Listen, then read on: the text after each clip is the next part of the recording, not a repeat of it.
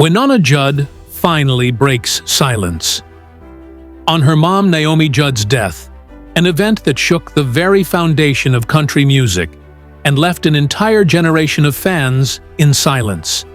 For years, the bond between Naomi and Wynonna Judd had symbolized more than just music.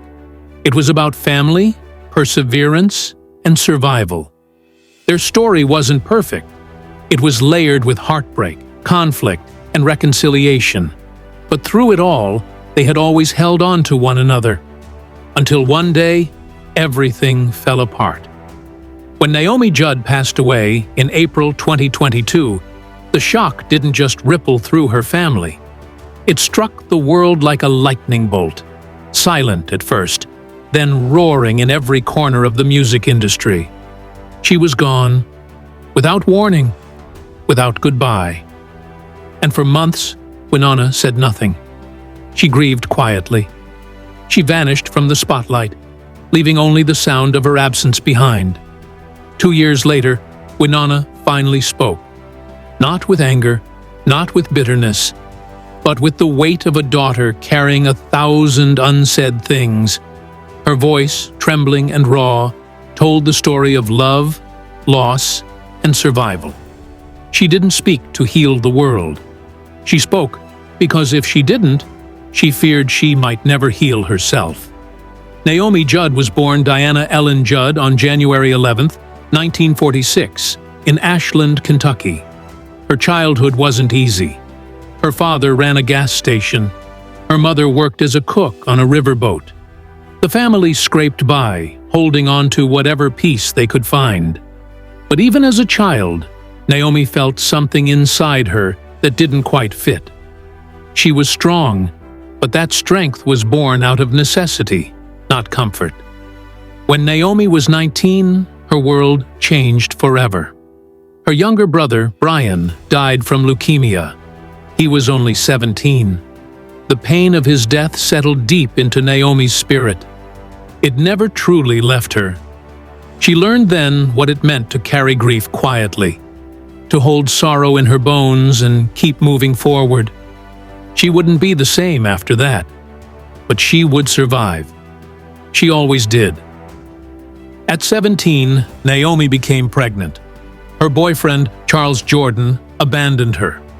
She gave birth to a daughter, Christina Claire, who would later be known as Wynonna. 2 weeks after giving birth, Naomi graduated high school. She was still a child, holding a child. She married Michael Simonella so her baby could have a name and a father figure. But the marriage didn't last. By 1972, Naomi was raising 2 girls, Wynonna and her younger sister Ashley, completely on her own. The 1970s were brutally hard. Naomi moved the family to California, chasing hope. But hope was fragile. There were nights they slept in their car, days when she couldn't afford food. Naomi took any job she could, working as a store clerk, receptionist, or waitress. Eventually, she trained as a nurse. She did what she had to do. But inside, the music never left her. Gospel songs played in her head while she changed hospital bed sheets. Country ballads echoed through her soul as she walked long shifts in silence. Naomi began writing songs in secret. In the evenings, after work, she would pull out her guitar and sing while her daughters slept. It was her escape, her dream, and she wasn't going to let it die. In 1979, she made a decision that would change everything. She packed up their belongings and moved to Tennessee with 15-year-old Wynonna. The plan was simple: give music one last try. They rented a small house outside Nashville.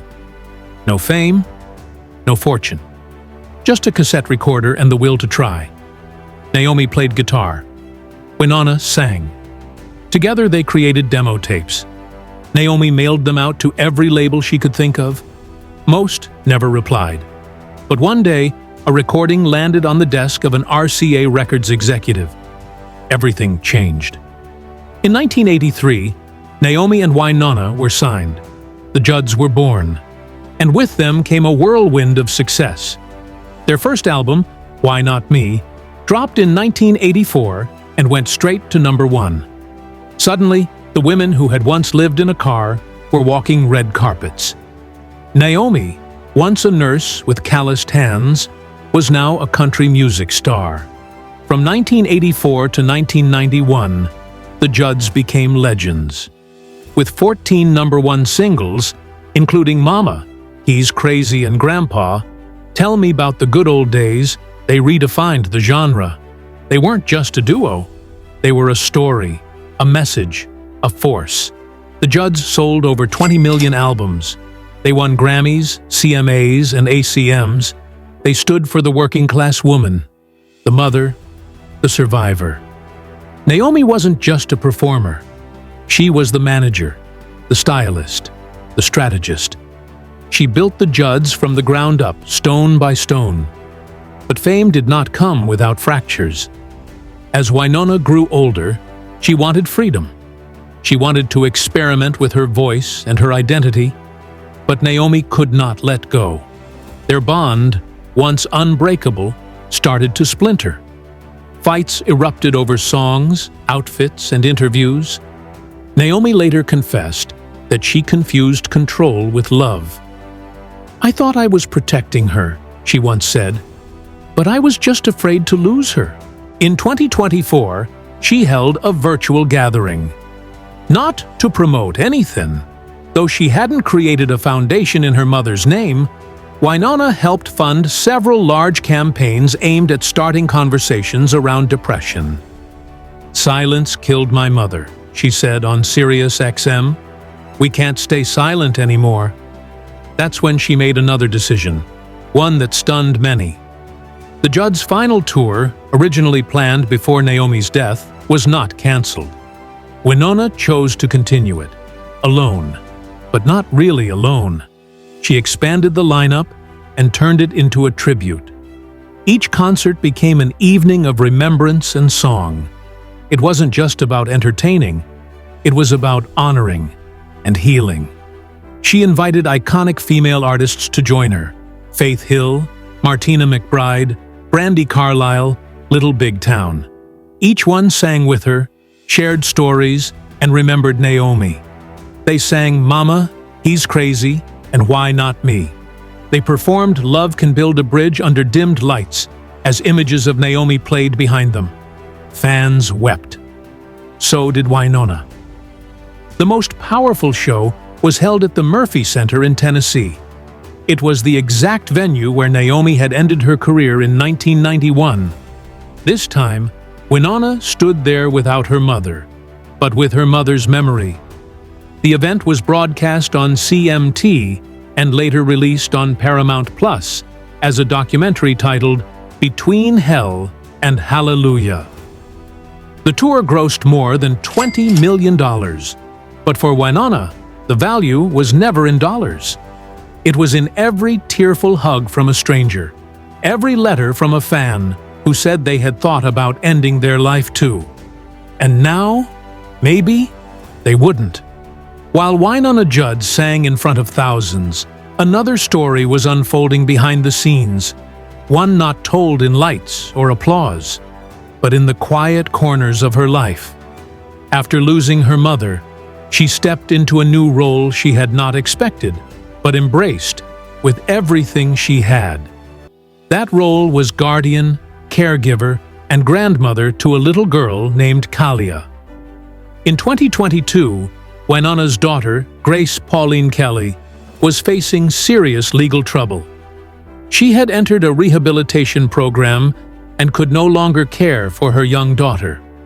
Wynonna didn't hesitate. She took in Kalia and became the child's primary caregiver. At a time when her own world felt broken, this little girl gave her purpose. "Kalia saved me from the darkest year of my life," Wynonna once shared. "She gave me something to fight for." On social media, she began posting pieces of their life together. Simple moments: playing in the garden, feeding horses, cooking breakfast in the kitchen. These weren't polished celebrity images. They were raw, real, and filled with love. Wynonna wasn't performing. She was healing. Every time she laughs, she said about Kalia, I feel like a little piece of my heart stitches itself back together. But raising a child while recovering from trauma isn't easy. There were hard days. Days when Wynonna felt too tired to get out of bed. Nights when she stayed up crying, missing her mother, wondering if she was enough. But every morning, she got up. Because Kalia needed her. And because she was learning that strength isn't always loud. Sometimes, it's just showing up. Wynonna's journey took her far beyond the stage. By 2024, she had become one of the most vocal public figures in country music, speaking openly about mental health. Her focus wasn't just on awareness, it was in action. She helped fund national public service announcements targeting older adults, especially women struggling with depression. She visited hospitals, spoke at women's shelters, and appeared at mental health conferences. I'm not a doctor, she said during one speech in Nashville. I'm just a daughter who lost her mother to something I couldn't see. And now, I'll do anything to stop it from happening to someone else. She refused to let Naomi's death be hidden or sanitized. She demanded honesty. She talked about suicide directly, about the warning signs, about the shame people feel, and the silence that surrounds them. My mother wore glitter on stage, she said. But that didn't mean she wasn't in pain. Pain doesn't care who you are. It doesn't care how famous you are. It finds you anyway. That same year, Wynonna announced her next major tour, the Greatest Hits Tour. Scheduled for summer 2025, the tour would cover 20 cities across the United States and Canada. But it wasn't just about performing. It was about connection. In each city, Wynonna planned to hold a private session with selected fans, people struggling with grief, trauma, or loss. She wanted to listen, not just sing. She wanted the concerts to feel like a lifeline. For this tour, she joined forces with Little Big Town, blending two generations of country music on one stage. The shows featured a powerful mix of Judds classics such as Girls' Night Out, Have Mercy, Love is Alive, and Wynonna's solo hits like No One Else on Earth, I Saw the Light, and To Be Loved by You. Every performance carried an undercurrent of emotion. Fans knew the history. They felt it in every note. During one show, Wynonna paused mid-song and looked out into the crowd. I used to sing for myself, she said, her voice cracking. Now I sing for my mom. I sing for everyone who's ever been too afraid to ask for help. The tour was met with critical acclaim. Billboard described her as a guardian of country tradition who now performs with the weight of truth. Rolling Stone said she had turned her grief into a living, breathing form of art. But Wynonna's healing wasn't just found on stage. It was also found in reconciliation. For years, her relationship with her sister Ashley had been complicated. The two had grown up in the same house, but had lived vastly different lives. Wynonna pursued music. Ashley pursued acting and activism. Their paths often diverged. They clashed, drifted apart, came back together, then pulled away again. Naomi's death forced them into the same room and into the same grief. They didn't speak publicly about those early days after the funeral, but those close to them said the silence between them was just as painful as the one Naomi left behind. Over time, that silence softened. They appeared together at small events, a community walk, a mental health awareness benefit. They didn't smile for the cameras. They didn't pretend to be perfect. But they stood side by side. In interviews, Wynonna rarely talked about Ashley. When she did, her words were careful. We're different, she said, but we're both grieving. And I think that's something we'll always share. Ashley, too, stayed mostly private. But when asked about her sister, she simply replied, "She's strong. She always has been." And in that brief sentence was a world of understanding. Their bond, like the one they shared with their mother, wasn't clean. It wasn't wrapped in a bow. It was messy, painful, and real. But it was still there, still trying, still holding on. As the months passed and the lights dimmed after every show, Wynonna Judd found herself looking back more often than forward. She wasn't just walking through grief anymore. She was walking through memory. Every lyric she sang felt different now. Every note held a weight it never had before. It was no longer about applause, it was about remembrance. Naomi Judd's legacy didn't die the day she took her last breath. It lived on in every mother and daughter who stood on a stage, in every woman who pulled herself up from despair, in every fan who clutched a Judds record close when they had no one else to turn to. And it lived on most clearly through Wynonna. For years, Naomi had been seen as a radiant public figure. But behind that sparkle, she had been battling demons that rarely made headlines. She had bipolar disorder, panic attacks, depression that clawed at her when no one was watching. Even at her most glamorous, Naomi was hurting. And Wynonna saw it all. "I watched her disappear slowly," she once said, "piece by piece, smile by smile." That slow unraveling haunted her. Wynonna often wondered if she could have done more, said more, held on tighter, let go sooner. The questions never stopped. Grief doesn't give answers. It only leaves space, a heavy, aching space. In late 2024, she returned to the recording studio, not to make a chart-topping hit, but to record something that had been sitting in her heart for over a year. A letter to her mother turned into a song. The track, unreleased at the time, was reportedly stripped down to just her voice and a piano. One take, no auto-tune, no retakes. It wasn't about getting it right, she told a friend.